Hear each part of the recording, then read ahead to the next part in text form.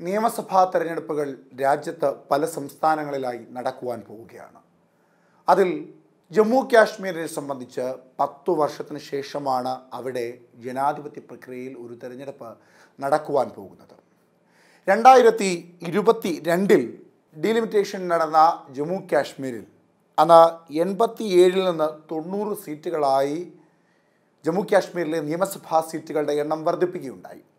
എന്നാൽ അതിനുശേഷം ലഡാക്ക് പ്രത്യേക ഭരണമുള്ള കേന്ദ്രഭരണ പ്രദേശമാക്കിയപ്പോൾ ലഡാക്ക് എന്ന കേന്ദ്രഭരണ പ്രദേശത്തിലെ 4 സീറ്റുകൾ നിയമസഭാ തെരഞ്ഞെടുപ്പിൽ നിന്ന് മാറി നിൽക്കുമ്പോൾ 83 നിന്ന് 90 സീറ്റുകളായി ജമ്മു കാശ്മീരിലെ നിയമസഭാ സീറ്റുകൾ വർദ്ധിപ്പിക്കുമ്പോൾ അവിടെ വരുന്ന ചില രാഷ്ട്രീയ വ്യത്യാസങ്ങളുണ്ട്, ചില രാഷ്ട്രീയ വ്യതിയാനങ്ങളുണ്ട്. അതിൽ ഏറ്റവും പ്രധാനപ്പെട്ടത് മതപരമായുള്ള വോട്ടർമാരുടെ വ്യത്യാസങ്ങളാണ്, അല്ലെങ്കിൽ ആ ഡിവിഷനിൽ ഉണ്ടാകുന്ന വ്യത്യാസങ്ങളാണ്. നിലവിൽ ഉയർത്തിയിട്ടുള്ള 6 നിയമസഭാ സീറ്റുകളിൽ ഒരെണ്ണം മുസ്ലിം ഭൂരിപക്ഷ പ്രദേശം തന്നെയാണ്.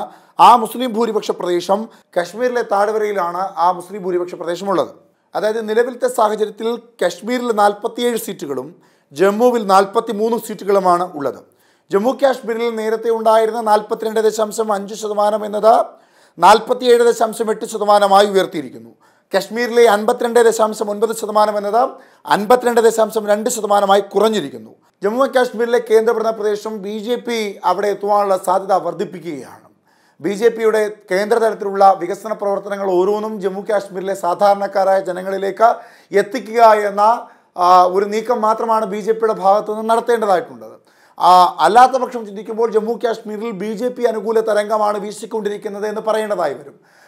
മുസ്ലിം ഭൂരിപക്ഷ പ്രദേശങ്ങളിൽ നിലവിലത്തെ സാഹചര്യത്തിൽ അവിടെ മത്സരിക്കുന്ന മുസ്ലിങ്ങളോട് ചേർന്ന് നിൽക്കുന്ന അല്ലെങ്കിൽ മുസ്ലിം മതവിശ്വാസങ്ങൾ ഉയർത്തിക്കാട്ടുന്ന പാർട്ടികൾ നിരവധി മത്സരിക്കുന്നത് കൊണ്ട് തന്നെ ആ വോട്ടുകൾ ഭിന്നമായി പോകുവാനുള്ള സാധ്യതയുണ്ട് എന്നുള്ളതാണ് BJPയെ സംബന്ധിച്ച് ഏറ്റവും വലിയ പ്രധാനപ്പെട്ട ഒരു ഘടകമായുള്ളത്. അവിടെ ഹിന്ദു ഭൂരിപക്ഷ പ്രദേശങ്ങളും നിരവധിയുണ്ട്. ആ ഹിന്ദു ഭൂരിപക്ഷ പ്രദേശങ്ങളിലെ വോട്ടുകൾ ഏകീകരിക്കുവാൻ സാധിച്ചാൽ തന്നെ BJPക്ക് ജമ്മു കാശ്മീരിൽ വിജയിക്കുവാൻ കഴിയുമെന്ന ഒരു കണക്കുകൂട്ടൽ വ്യക്തമായി തന്നെയുണ്ട്.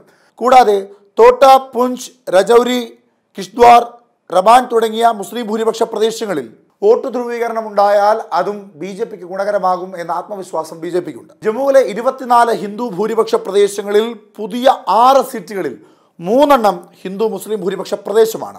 അവിടെ ജമ്മു ആൻഡ് കാശ്മീർ നാഷണൽ കോൺഫറൻസും Jammu and Kashmir peoples democratic പാർട്ടിയും കാശ്മീർ താഴ്വരകളിൽ ശക്തമായ ഒരു പാർട്ടിയാണ്. ഈ പ്രദേശങ്ങളിലൊന്നും BJPക്ക് വ്യക്തമായ സ്വാധീനമില്ല എന്നുള്ളതും പ്രധാനപ്പെട്ട ഘടകമാണ്. അതുകൊണ്ട് കോൺഗ്രസിനെ സംബന്ധിച്ച ഈ പ്രദേശങ്ങളിൽ, അതായത് മുസ്ലിം ഭൂരിപക്ഷ പ്രദേശങ്ങളിൽ കാര്യമായ രീതിയിൽ വോട്ടേകീകരണം ഉണ്ടാക്കിക്കൊണ്ട് അല്ലെങ്കിൽ അവരെ ഇന്ത്യ സഖ്യത്തിൻ്റെ ഭാഗമായി നിർത്തിക്കൊണ്ട് ശക്തമായ രീതിയിൽ മുൻപോട്ട് പോകുക എന്ന ശ്രമകരമായ ഒരു കാര്യം നടത്തുവാൻ മാത്രമേ സാധിക്കുകയുള്ളൂ.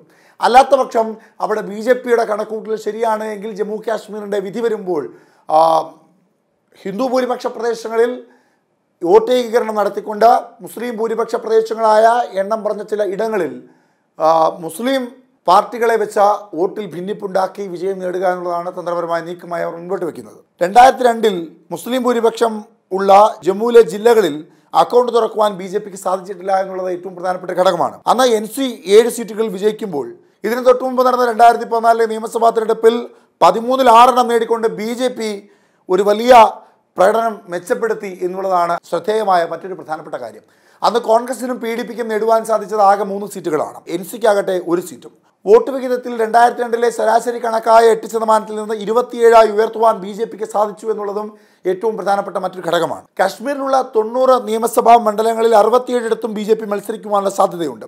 അവിടെ മുസ്ലിം വോട്ടുകൾ BJP മത്സരിക്കുമ്പോൾ മുസ്ലിം വോട്ടുകളെ ഭിന്നിപ്പിച്ചുകൊണ്ട് കൂടുതൽ സീറ്റുകളിൽ ആളുകളെ മത്സരിപ്പിച്ച് കഴിയുന്നത്ര വികസന പ്രവർത്തനങ്ങൾ മുൻപോട്ട് വെച്ചുകൊണ്ട് ആളുകളെ പറഞ്ഞ് ബോധ്യപ്പെടുത്തിക്കൊണ്ട് കേന്ദ്രഭരണ പ്രദേശങ്ങളിൽ നടത്തിയിട്ടുള്ള വികസനങ്ങൾ എണ്ണി പറഞ്ഞുകൊണ്ട് കാര്യമായ രീതിയിലുള്ള മുന്നേറ്റം വരുത്താമെന്ന കണക്കുകൂട്ടലാണ് ഇപ്പോൾ ജമ്മു കാശ്മീർ തെരഞ്ഞെടുപ്പിൽ BJPക്കുള്ളത്. എന്തായാലും കാത്തിരുന്ന് കാണണം. കണക്കുകളും ഒക്കെ കൂട്ടിക്കഴിച്ചു നോക്കുമ്പോൾ BJPക്കും ഇന്ത്യ സഖ്യത്തിനുമൊക്കെ വലിയ സ്വാധീനവും സാധ്യതയുമുള്ള ഇടം തന്നെയാണ് ജമ്മു കാശ്മീർ. അവസാന വിധി എഴുതേണ്ടത് ജനമാണ്. ജനം തീരുമാനിക്കട്ടെ 10 വർഷത്തിന് ശേഷം തങ്ങളുടെ സംസ്ഥാനം ഭരിക്കേണ്ടത് NDAയോ ഇന്ത്യയോ എന്ന്.